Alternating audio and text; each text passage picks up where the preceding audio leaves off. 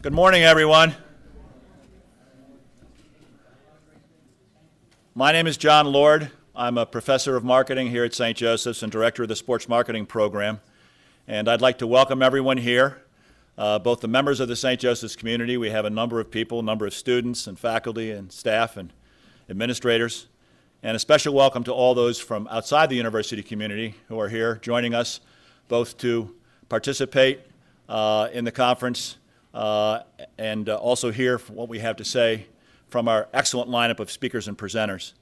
It is my distinct pleasure to introduce a good friend, a good sports guy, former assistant baseball coach at St. Joe's, which actually was most important job, but eventually made him dean.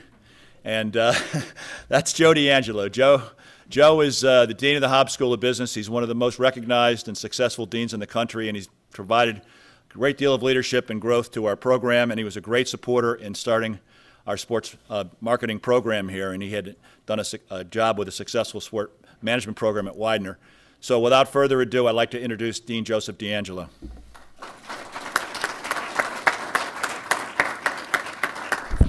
Thanks, John. I appreciate that. And my goal in life when I finish this deaning thing is to go back and be a baseball coach again. So, although I will admit, John, that it has finally taken its toll and I have to get this shoulder cut because it doesn't work anymore. So, and it's finally affected my golf game.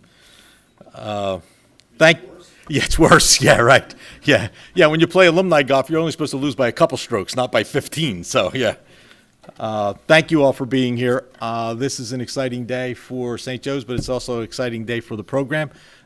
John and Stephanie and Dick Shute and Dave Allen, who's the chair of the department, and all of the faculty members who have been involved with the program have worked very, very hard in building this program, and they have a great advisory board, and you're going to meet all those people today, so I'm not going to steal anyone's thunder. But we're very proud of the work that's happening. It's one of the fastest growing majors in the university now, and it's one of the fastest growing majors in the business school. So it has helped propel the business school's enrollment numbers. And for those of you that don't know, we are the largest Jesuit business school in the country. Just passed Boston College a few years ago, and it's been a good ride for us. So anyway, thank you for coming. My primary role here today is to introduce Mike Missanelli. And Mike has a long bio, and I'm going to read a couple of the things on here. Because did you write this, or did the PR people write this? Yeah, right. Yeah. Because it's very nice. Yeah, right. Yeah.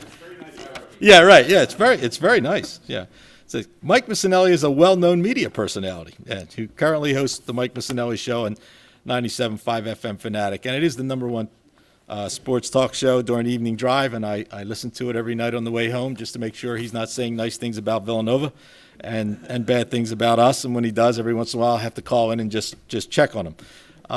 But Mike has been around the Philadelphia area for a long time, starting with a career with the Philadelphia Inquirer, and then into radio and into television and into magazines. He's an author of a novel or of a book. So Mike has done it all, and now I'm going to say something else that you don't know. Mike is one of the nicest guys you ever want to meet. He doesn't like anybody to know that because he has this exterior and this image that he likes to project.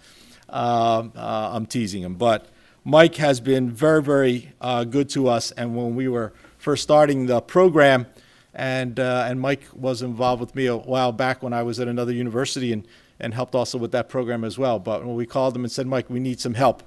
We can use some advice.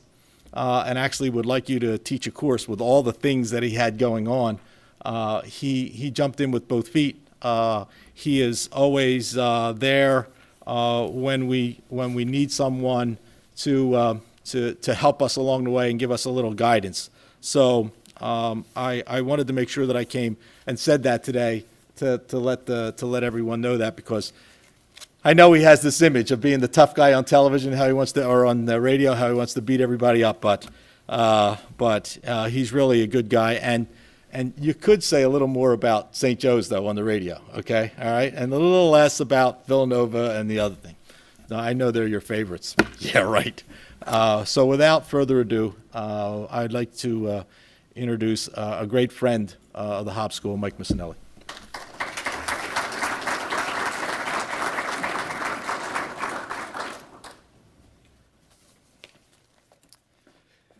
Thank you very much, Joe. By the way, that book is not a novel. It was I wrote a book on Penn State's last national championship in 1986, the greatest victory Penn State ever had. And the reason why I wrote it is because I thought it would have a really long shelf life.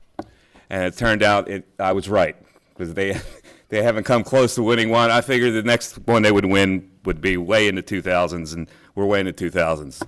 So hopefully there's one in store for Penn State. If you listen to my show, you know that sometimes I get into this thing called violations. And somebody was telling me about this video that went viral where a vendor at Minute Maid Park in Houston last night had a tray of snow cones that he was selling. And he took them into the public restroom and put them on the floor. And then he did what he needed to do and picked them up. Now that is a violation. All right? And this video is going viral, but there's another violation. Somebody has authored a violation in here. Where's Caleb? Is Caleb here? There's Caleb right here. I met Caleb at spring training, and he comes up with a bunch of his buddies, and he's got a coffee cup full of pickles that he took from the hamburger bar. Now, what it is. Now, when you buy a hamburger, in my view, there's always a 3-pickle limit, and you put them on the hamburger. This guy thought it was like, a crudité tray. And he filled this cup with pickles. So that is a stone violation, Caleb. My life has been a total accident. Let me just say this from the jump. And we're here kind of in a career day type of thing. And people always ask me, well, how did you get where you are today? And I say, I have no idea. But the one thing you do is whatever you're doing at the time, you make sure it leads to something else. And somebody out there will recognize that you're doing good work, and it's about the people you meet along the way, like the people that are going to be speaking here today. It's a classic example of people who can help you in your career. I was a newspaper guy. I got out of college as a journalism major, and I got a job at a newspaper right away, and I gave myself 5 years to get a job at the Philadelphia Inquirer. And the 5-year promotion didn't come, so I went to law school. As soon as I got accepted to law school, the Inquirer offered me a job. And so I was faced with a dilemma. Would I pass up law school and take the job at the Inquirer? And I figured I would do both. So I wound up doing both and went to law school at night and worked for the Inquirer full time. And I got out, I passed the bar, and I'm ready to leave newspapers altogether. And they offered me the college basketball beat job. Now, college basketball was a passion of mine. So I thought about it a little bit. And I said, well, what's the first assignment? And they said, the first assignment is that you have to cover the Maui Classic. And I said, really, we want you just to go out there for like 8 days. Villanova's playing out there. And I said, really? So I said, okay, well, I'll put the law degree on hold. I'll put the legal career on hold, and I'll go to Hawaii and cover college basketball for a year. I'm flying all around and covering college, and it seems silly. And I remember I had a rum punch, and I was on the beach, and I'm looking at Molokai, and this is totally on the Inquirer. And I said, this is a really good job. And the key I found out was you have to get a job that doesn't feel like a job. So from that moment on, 1 year led into 2, which led into 3, which led into radio, which led into TV, and you never know where this career is going to lead you. And I know a lot of people here will speak today have the same resume and where they started and where they are right now.